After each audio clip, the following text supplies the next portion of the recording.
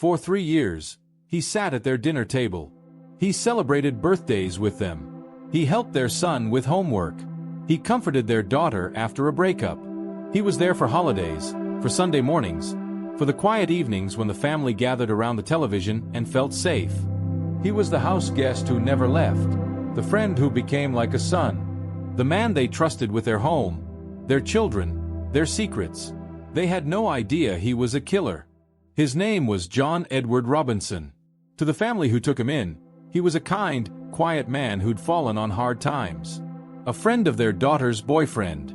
Someone who needed a place to stay while he got back on his feet. They opened their home to him. They gave him a room. They fed him. They treated him like family. And while they slept, he was in their basement, doing things they could never imagine. Things that would make them question every meal they'd shared, every laugh, every moment of trust. This is the story of the family who welcomed a murderer into their home. And the 3 years they lived with a monster hiding in plain sight. The Davis family lived in a quiet suburb of Kansas City, Missouri. Tom and Linda Davis had been married for 32 years. He was a high school principal. She was a nurse. They'd raised 2 children in the same house for over 2 decades.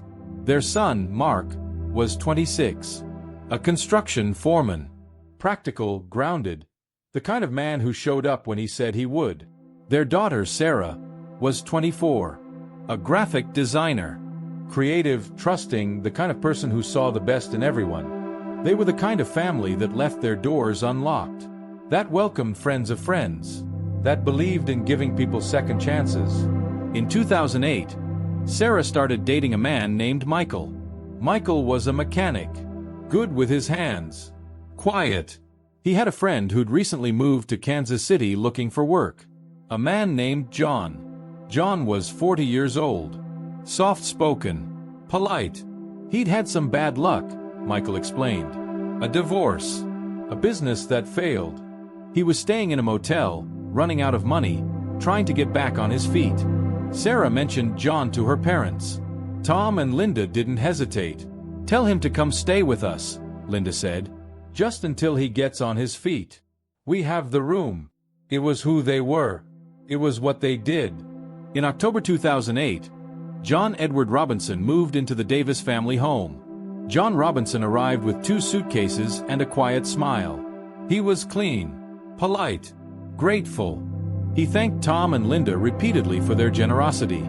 He promised he wouldn't be a burden. He'd find work soon. He'd be out of their hair in a few weeks. Those weeks turned into months. The months turned into years. But the Davises didn't mind. John was the perfect house guest. He kept his room spotless. He did the dishes without being asked. He mowed the lawn. He fixed things that were broken.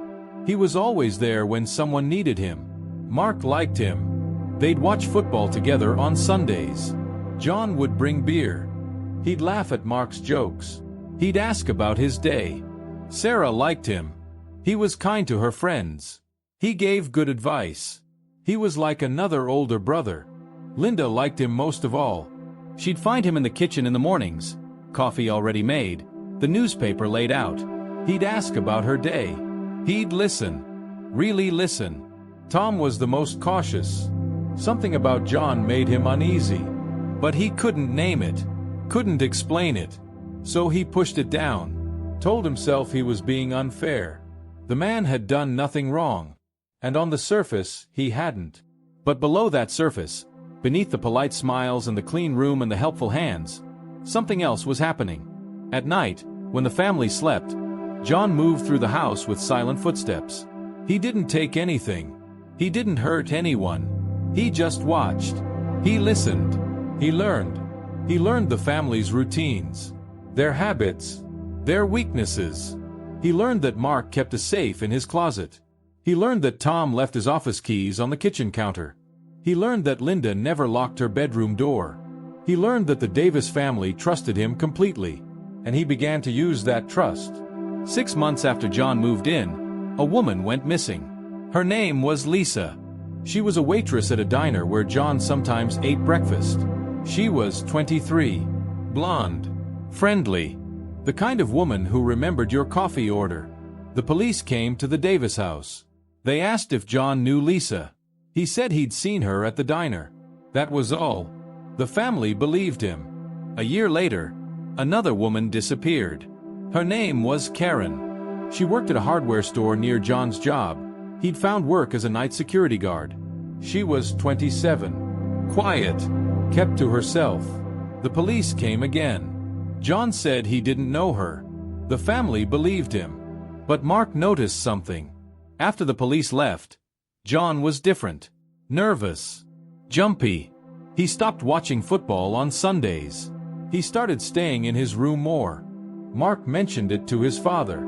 Tom said John was probably stressed. Work was hard. Life was hard. Give him space. So they gave him space. And while they gave him space, John was in the basement. Late at night, when everyone was asleep.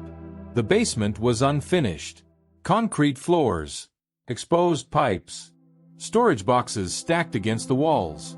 John had asked if he could use part of it for storage. The family said yes. They didn't ask what he was storing. They didn't notice the lock he'd put on the storage room door. They didn't smell anything unusual. They trusted him. The Davis family lived with John Robinson for 3 years.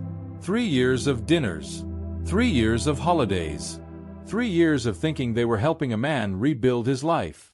They never suspected that while they slept, the man they trusted was using their home to hide his crimes. In 2011, Sarah's boyfriend Michael, the man who'd introduced John to the family, broke up with her. He moved away. Lost contact. Sarah was heartbroken. John comforted her. He told her she deserved better. He told her Michael was a fool. He told her he'd always be there for her. She believed him. A few months later, Sarah noticed things missing from her room. Small things. Jewelry. Cash. A locket her grandmother had given her. She mentioned it to her parents. They told her she probably misplaced them. She was stressed. People lose things. She mentioned it to John. He told her the same thing. She probably lost them. Don't worry. He'd help her look. She believed him. In 2012, Mark's safe was opened. Money was missing. He was sure he'd locked it. He was sure no one else knew the combination. He told his father.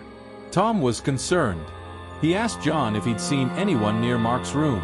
John said no. He asked if John thought they should call the police. John said it was probably a mistake. Mark probably forgot to lock it. Tom believed him. In 2013, Linda found a photograph in the basement. A woman she didn't recognize. Blonde. Young. The photograph was hidden behind some boxes. It looked old. Worn. Like it had been carried in a wallet for a long time. She asked John about it. He said it was an old girlfriend. Before his marriage. Before everything fell apart. He looked sad. Vulnerable. Linda felt sorry for him. She put the photograph back and never mentioned it again. She didn't know that the woman in the photograph was one of the women who'd gone missing 2 years earlier. She didn't know that John had taken that photograph from her wallet after she stopped breathing. She didn't know that the woman's body was somewhere in the Missouri woods, buried in a shallow grave John had dug in the middle of the night. She didn't know she was living with a killer. In November 2013, Tom Davis decided to clean out the basement. He'd been putting it off for years. The storage room was a mess. Boxes of old clothes. Christmas decorations. Things they never used. He asked John if he could move his things out of the storage room. John said yes. He'd take care of it. He'd been meaning to organize it anyway. But John didn't organize it. He avoided the basement. He made excuses. He said he was busy. He said he'd get to it next week. He said he'd get to it next month. Tom noticed. He mentioned it to Linda. Linda said John was probably embarrassed. His things were private. Let him handle it in his own time. Tom waited. One weekend, John was out of town. Visiting family, he said. He'd be gone for 3 days. Tom decided to clean the storage room while John was away. He unlocked the padlock. He opened the door. The room was dark. Cold. The air was thick with dust. There were boxes. Ordinary boxes. But there was also a locked cabinet. Heavy. Metal. New. Tom called Mark. They opened the cabinet together. Inside they found photographs. Dozens of them. Women they didn't recognize. Young, blonde, smiling. They found documents, driver's licenses, social security cards, names they didn't know. They found jewelry, watches, rings, a locket that looked like the one Sarah had lost. They found a journal, handwritten, pages and pages of notes, names, dates, addresses, things like Lisa, Tuesday, 8:30 p.m., Park, and Karen, Thursday, 10 p.m. Followed her home, and at the bottom of the cabinet, wrapped in plastic, they found a woman's shirt, stained, brown, dried. Tom called the police. The police arrived within the hour. They looked at the cabinet, the photographs, the journal, the shirt. They called the FBI. John Robinson was arrested at a motel in Oklahoma 3 days later. He didn't resist. He didn't explain. He asked for a lawyer. The investigation that followed uncovered a nightmare. The women in the photographs were identified: Lisa, Karen, and 4 others. Women who'd gone missing over a 3-year period. Women who'd crossed paths with John Robinson. Women who'd trusted him. The journal was a detailed record of his activities, where he met them, how he gained their trust, when he decided to kill them, where he buried them. The shirt belonged to Lisa, the waitress who'd disappeared first. DNA confirmed it. John Robinson had been murdering women for 3 years, while living in the Davis family's home, while eating their food, while laughing with their son, while comforting their daughter. He'd used their basement to store evidence, their tools to dig graves, their car sometimes to transport bodies, and they never knew. John Robinson's trial began in 2015. He was charged with 6 counts of murder. The prosecution presented the journal, the photographs, the DNA evidence, the testimony of the Davis family. Tom Davis took the stand. He described the day he opened the storage room, the cabinet, the photographs. The moment he realized the man he'd trusted was something else entirely. He apologized to the families of the victims. He said he should have known. He should have asked more questions. He should have trusted his gut. Linda Davis took the stand. She described the photograph she'd found, the woman she didn't recognize, the way John had looked when she asked about it. She said she'd been fooled. She said she'd let her kindness blind her. She said she would carry that guilt for the rest of her life. Mark Davis took the stand. He described the friendship he thought he'd had with John, the football games, the beers, the conversations. He said he felt sick every time he thought about it. Sarah Davis took the stand. She described the things that went missing from her room, the locket her grandmother gave her, the cash, the jewelry. She said she believed John when he told her she'd probably lost them. She said she'd never believe anyone again. The jury deliberated for 2 days. They found John Robinson guilty on all 6 counts. The judge sentenced him to life in prison without the possibility of parole. Before he was led away, John looked at the Davis family. He didn't apologize. He didn't explain. He just looked, and then he was gone. The Davis family sold their house 6 months after the trial. They couldn't stay. Every room reminded them. Every shadow. Every creak in the floorboards. They moved to a small town in Iowa. Tom retired early. Linda stopped nursing. They didn't want to trust strangers anymore. They didn't want to open their home to anyone ever again. Mark moved to Colorado. He became a police officer. He wanted to catch people like John before they could hurt anyone else. Sarah moved to the East Coast. She cut off contact with her family for a while. Too many memories. Too much pain. She's healing now. Slowly. The Davis family story offers lessons that can protect us all. Lesson 1. Trust your gut. Tom Davis was uneasy about John from the beginning. He couldn't name why. He couldn't explain it. So he ignored it. He told himself he was being unfair. He was wrong. If something feels wrong, it is wrong. You don't need to explain it. You don't need to justify it. You just need to act on it. Lesson 2. Kindness is not the same as safety. The Davis family opened their home because they were kind. They believed in second chances. They believed people were basically good. Those are beautiful qualities, but they are not safety measures. Kindness should not replace boundaries. You can help someone without letting them into every corner of your life. You can be generous without being vulnerable. Lesson 3. Pay attention to missing things. Small things went missing from the Davis home for years. Jewelry, cash, personal items. They explained it away. They told themselves they'd misplaced things. They didn't want to accuse someone they trusted. If things are missing from your home, pay attention. It's not just about the objects. It's about who has access.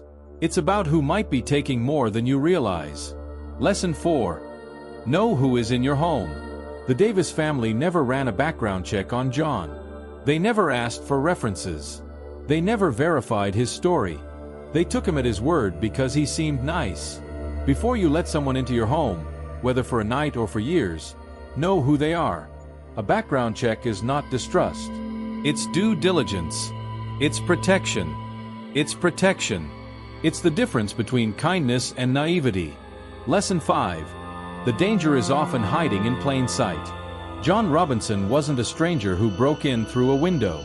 He was a man the family welcomed, who ate their food, who laughed at their jokes, who helped with the dishes. The most dangerous people are often the ones we trust, the ones who seem harmless, the ones we let into our homes, our lives, our hearts. That doesn't mean we shouldn't trust. It means we should trust with our eyes open. It means we should verify. It means we should pay attention to the small things, the missing jewelry, the locked cabinet, the photograph hidden in the basement. The Davis family thought they were helping a man get back on his feet. They were. But they were also giving a predator access to everything they had. Don't let kindness blind you. Don't let trust make you careless. Open your home if you want. Open your heart if you choose. But keep your eyes open. And never ever ignore what you find. Subscribe for more chilling crime stories.